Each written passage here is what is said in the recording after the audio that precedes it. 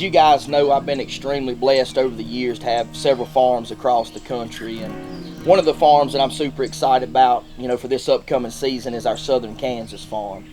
We've had some farms down there now for 5 or 6 years, and we're starting to see, a lot of mature deer on those farms, and this summer we've kind of concentrated on those farms in particular. We've spent a lot of time putting out redneck blinds and running more cutting link systems to try to get a pattern and a movement on how the deer are coming through these pieces of property. And we've kind of pinpointed over the last 5 or 6 years what deer are staying and what deer are leaving during their fall ranges. So we've got a pretty good grasp on what we need to do in order to be successful this year. And we really feel like this year is going to be a really good year for these farms. I guess taking it to a whole different level this year as far as the heat goes. We haven't had rain up there since June the 12th. It's extremely dry, and of course it's been 100+ degrees for I don't know how long now. So getting those redneck blinds out and setting those cutting backs out is very important. And we have a new partner this year in Aftershock,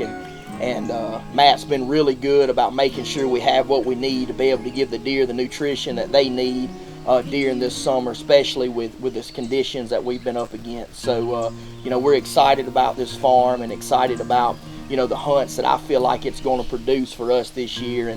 And with the mature deer that we have, I feel like we're definitely going to be able to put a tag on one. And there's a couple of deer in particular that we're going to concentrate on early, and one is a deer that we call Methuselah. He's just a giant mainframe, 87.5 years old, but that's probably the #1 deer on our hit list. We have another deer that we call the split brow deer. He's another deer that's probably going to be pushing Boone and Crockett. He's probably our #2 on the hit list, and we're excited about those deer. And this past weekend we had an opportunity to go down and take a couple young men and get them in the deer woods early. As you guys know, Kansas has an early youth season, which opens up the door for us to be able to take kids in September, and they can rifle hunt or gun hunt. And so it's a great opportunity to get those kids out and get them introduced to the outdoors and get them introduced to an opportunity to try to harvest a velvet buck. And as you're going to see in this first hunt, we was able to do just that with Tide Stokely. We had the opportunity to team up with him and his dad, and we were able to go, and on the last morning we were able to get it done. He was able to harvest a 6.5-year-old 9-point, basically mainframe 8 with a split brow, and just an awesome hunt, an awesome opportunity for him and his dad to make memories of a lifetime, and an opportunity for Tide to feel his first Kansas tag on a velvet buck. So we're excited about that. We're excited about them being able to make these memories, and we're super excited about the experiences that these other 2 young men had as well. So again, just can't thank the state of Kansas enough for giving us that opportunity, and we're super excited to be able to share these hunts with you today.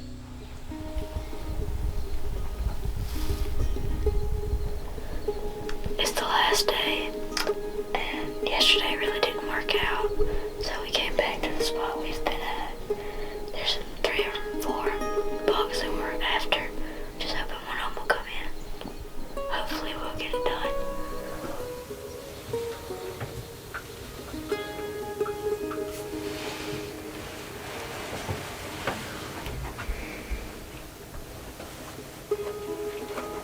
Any other doe yesterday would have smelled us.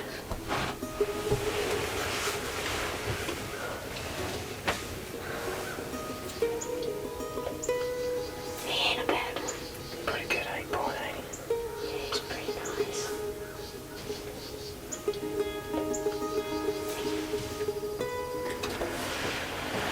I'm gonna raise this window. You get your gun out. We're gonna be really quiet. We don't need to scare them down. I'll watch the touch. Y'all go ahead. Alright, very good. Let's get it.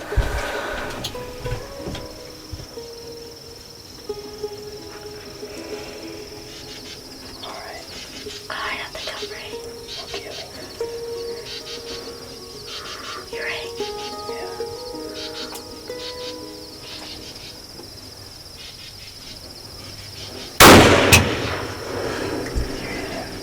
Missed him. I think He jumped. you'll get it. What do you think? I think I hit him pretty good. I put it like right in the middle of his shoulder. Up here. Squeezed it.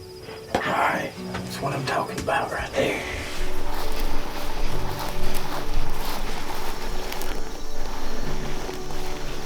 Hey, what's this, Daddy? Is that blood? That's blood coming out. That's gotta be him laying right there, Daddy. What about that, boy? It was our last day here in Kansas, and this morning started off like really slow. We didn't see a deer till like 7:30, 7:45, and this deer came in here at about 8:30 and would not move at all. And he was about 215 or 220 yards, and I felt comfortable with the shot and took it, and he ran about 50 yards. Probably you smoked him. Yeah, it's a good shot. No doubt about it. Been a fun trip. That's why you come to Kansas.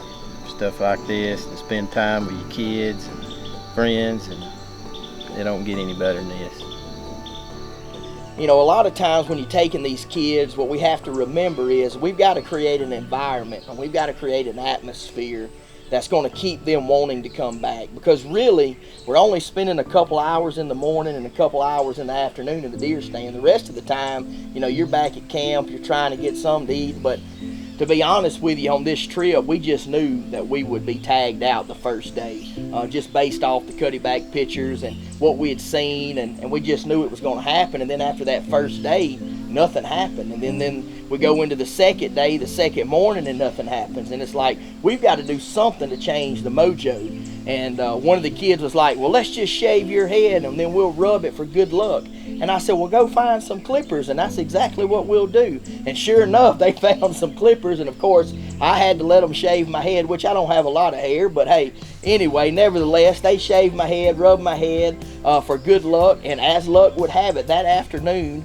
as you'll see, Slade was able to harvest the biggest buck of his life, and of course, the next morning, which would have been our third morning hunt, the other two boys were able to harvest their first velvet bucks ever. So as luck would have it, it worked out very well, almost perfectly for us this past weekend. And I know that those boys and their dads made memories of a lifetime. And I know that we were grateful to be a part of those hunts, and I wouldn't trade it for anything else in the world. And like always, we're just grateful to be able to share these experiences with you guys. We appreciate you tuning in today, and we look forward to seeing you right back here next week on the next episode of Midwest Whitetail.